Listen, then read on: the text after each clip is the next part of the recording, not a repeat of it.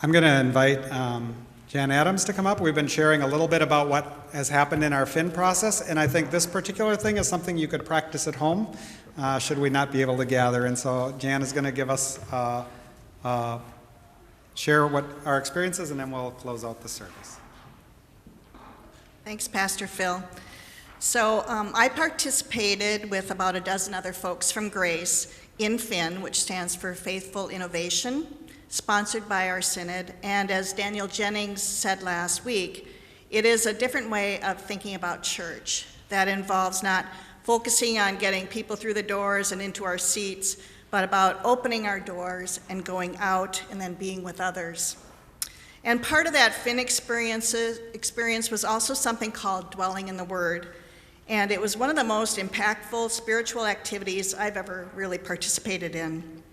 At the beginning of each of our Finn meetings, we would spend about 15 or 20 minutes considering just one passage from the Bible, and the same passage over and over and over again.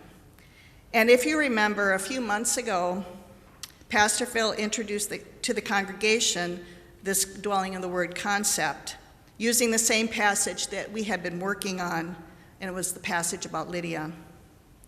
So at the start of each of our Finn meetings, a high voice and then a low voice would read the same passage, and we would listen and listen and listen quietly, and then we'd open it up to discussion.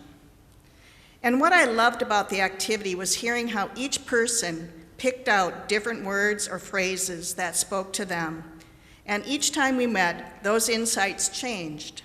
There were new interpretations, new text focuses, depending on what was happening in the people's lives. And as you read the text over and over, you thought about it more deeply.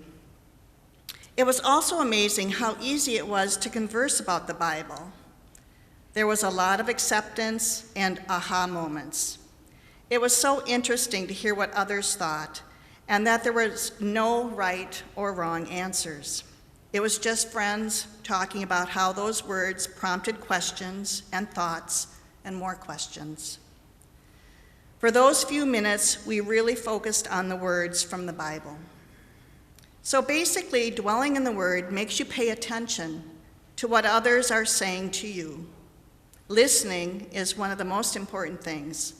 Listening to God through the Word and listening to each other. Dwelling in the Word is a small and simple practice, but through it, you become amazingly aware of God's presence and activity in our lives and in our community. It's about listening for God in God's Word and in the words of a friend or even strangers.